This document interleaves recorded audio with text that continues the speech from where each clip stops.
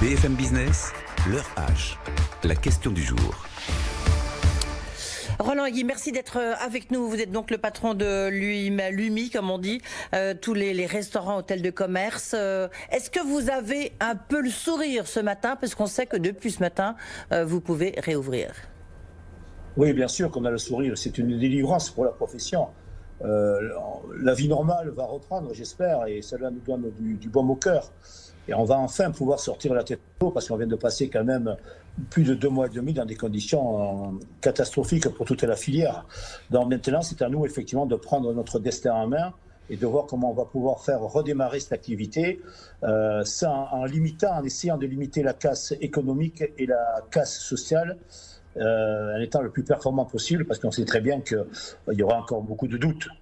Est-ce que vous avez, je sais pas, déjà une indication du niveau? Il y a 300 000 restaurants et cafés qui devraient rouvrir ce matin. Est-ce que c'est, selon Bercy et Bruno Le Maire, est-ce que c'est le chiffre que vous avez à l'UMI? Est-ce que vous avez déjà quelques indications? Sur tout ce qui est zone verte, effectivement, il y a pratiquement 95% des entreprises qui ont rouvert ce matin. Mais bien sûr, et après les zones oranges, c'est un peu plus difficile, puisque dans les zones oranges, il y a seulement les terrasses qui peuvent rouvrir. Donc c'est un peu comme toutes ces entreprises-là vont travailler en sous-capacité pour respecter le protocole. Donc il faut rester très prudent et très vigilant. Mais oui, on avait vraiment envie de rouvrir, et on a maintenant toute la difficulté du chef d'entreprise, c'est effectivement d'obtenir ce seuil de rentabilité qui soit suffisant, et surtout en observant le protocole, en respectant le protocole au mieux pour protéger les salariés et protéger les clients et leur redonner confiance pour qu'ils reviennent dans nos entreprises. Oui. Est-ce que vous avez, on reviendra sur le protocole sanitaire, mais après ces 2 mois et demi de confinement, dans quel état sort votre profession? Est-ce que vous avez là peut-être un triste bilan à nous dresser, Roland Guy? Le bilan en été, vous savez, on est sorti d'un coma artificiel, et la convalescence va être très longue et très dure.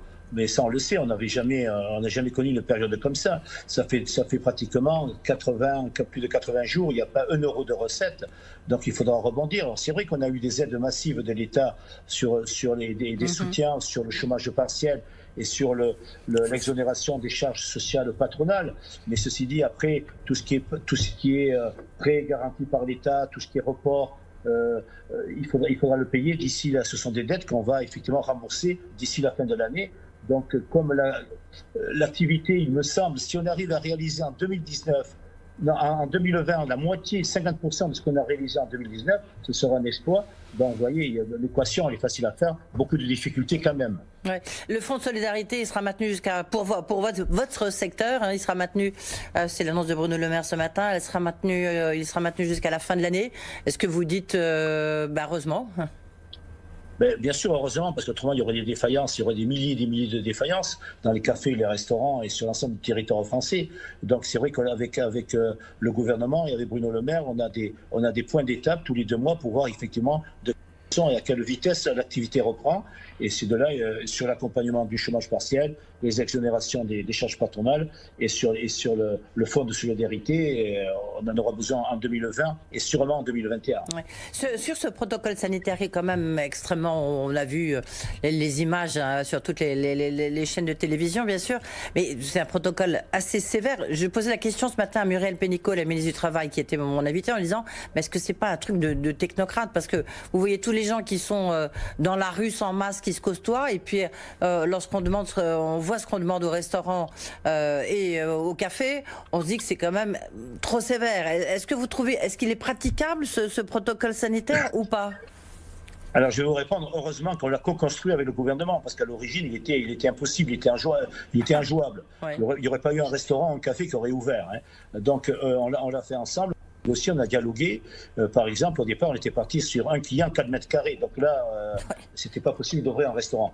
Donc oui, bien sûr mais on a pris toujours en compte de trouver un équilibre, effectivement, un équilibre sur la santé des clients et un équilibre sur l'aspect économique. Il est encore lourd, mais il faut espérer que d'ici le 22 juin, d'ici la fin juin, si effectivement l'épidémie se rétracte et est derrière nous, on pourra imaginer qu'il y aura beaucoup plus de souplesse. Oui. Est-ce que vous avez est-ce que les réservations, le niveau de réservation est important déjà ou pas? Mais ce qui a déclenché un peu plus de réservations, même si elles sont encore toujours timides, c'est le fait, effectivement, c'est de casser la limite des 5 km de la mobilité et les déplacements. Ça, c'était quelque chose de très positif parce que les Français on pourra aller de tel endroit à tel endroit, on pourra effectivement visiter la France, les territoires et se déplacer. Ça a libéré un petit peu les envies. Puis il faut savoir aussi que chaque réservation qui est faite par un client, si jamais l'hôtel a un souci après de Covid-19, on s'est engagé à systématiquement rembourser la réservation. Donc ça l'incite et c'est rassurant pour la réservation et pour le client.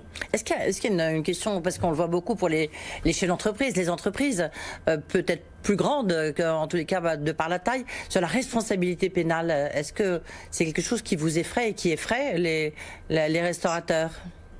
C'est une vraie question d'ailleurs que l'on a posée et on a une réponse effectivement du gouvernement. Si effectivement il y a un respect total du protocole, il n'y a aucune responsabilité de la part du chef d'entreprise. Ah oui, ça c'est un point important. Très important sur lesquels effectivement on a demandé des précisions et donc respect du protocole. Donc c'est pour ça que j'appelle effectivement l'ensemble de la profession à beaucoup de vigilance et à beaucoup de prudence dans ce domaine-là. Et après on ne pourra jamais éviter que des personnes fassent n'importe quoi. Est-ce que l'application de ce protocole sanitaire, il a forcément un coût? En plus, il y a eu 2 mois et demi avec 0%, enfin même pas 1 euro d'activité. Est-ce qu'il faut s'attendre quand même à des additions un peu plus salées, Roland Guy? Sur les additions, je ne crois pas, parce que le problème, c'est les additions, c'est toujours l'offre et la demande. Donc, ce qui nous inquiète à nous, chez l'entreprise, c'est le fait que si on respecte ce protocole, il y a une sous-capacité pour travailler. Donc, on va travailler sur des salles de restaurants ou d'hôtels, on va trouver à 40 ou 50% des capacités normales. Donc, il faudra qu'effectivement, on soit ingénieux un petit peu. Il faudra qu'on s'habitue à trouver de nouvelles pratiques pour répondre aux clients, pour sécuriser le client, pour qu'il ait envie aussi de revenir systématiquement. Parce qu'au début, le client va se poser beaucoup de questions, voire il va avoir peut-être un petit peu peur aussi. Donc il faudra qu'il aille au restaurant, dans nos cafés, dans nos hôtels, avec beaucoup de confiance. Et après, on va voir de quelle façon, effectivement, l'économie, on va la faire repartir. Mais il y a beaucoup d'interrogations. Ouais. Est-ce qu'en préparant cette émission, quelqu'un me donnait cette information en disant mais c'est sûr que les restaurants, c'est une activité qui ouvre et qui ferme d'une manière, même en temps normal. Il y en a 3 qui ouvrent pour 6 qui ferment. Est-ce que ce sont des chiffres qui sont vrais? Il y a un turnover important dans les cafés et les restaurants, oui, vous avez raison de le préciser. Ceci dit, il y a toujours plus de création que à l'arrivée, il y a toujours plus d'entreprises. Parce que c'est vrai, ces métiers-là, c'est assez perturbant d'ailleurs, ce sont des métiers qui font rêver. Donc les cafés, les restaurants et l'hôtellerie. Et donc c'est vrai, à l'arrivée, à la fin, il y a beaucoup de turnover, vous le dites, mais à l'arrivée, il y a beaucoup plus d'entreprises qui se créent tous les ans. Donc le point est positif. Vous savez, on est une activité où il y a énormément de salariés, parce que les cafés, hôtels, restaurants. Puis il ne faut pas oublier, vous savez, il y a aussi un domaine, le monde de la nuit aussi, pour le moment, est toujours sacrifié, c'est terrible. C'est plus de 6000 entreprises et c'est aussi des chiffres d'affaires très très importants. Oui, puis en plus sur le long terme, c'est pas évident, parce que qui a envie d'aller même cet été en boîte de nuit? Bien sûr. Et qu'est-ce qui se passe? Effectivement, il y a souvent, on le voit d'ailleurs, on a fait des vidéos, des cassettes pour démontrer qu'il y a des regroupements de jeunes partout, tout le long du littoral, sur les plages, le long de la Seine, le long du Rhône, où ça devient les plus grands bars et les plus grands moments festifs de fête pour les jeunes, où on voit effectivement qu'ils se regroupent là, et sans malheureusement faire attention effectivement à toutes les normes et à tous les protocoles possibles au niveau santé, pour sécuriser leur santé. Oui, donc mais en conclusion, Roland Guy, on peut quand même dire, 1, vous avez retrouvé un peu le sourire, et 2, bon, ça se présente bien. Après, on fera le bilan évidemment en fin d'année. 1, il fallait ouvrir. 2, on va voir comment ça se passe. 3, espérons que les Français partiront en vacances cet été et découvriront leur pays, leur région, leur territoire. Et fin août, début septembre, on se retrouve pour faire le point. Rendez-vous est pris. Merci d'avoir été avec nous, Roland Guy, le patron de l'UMI.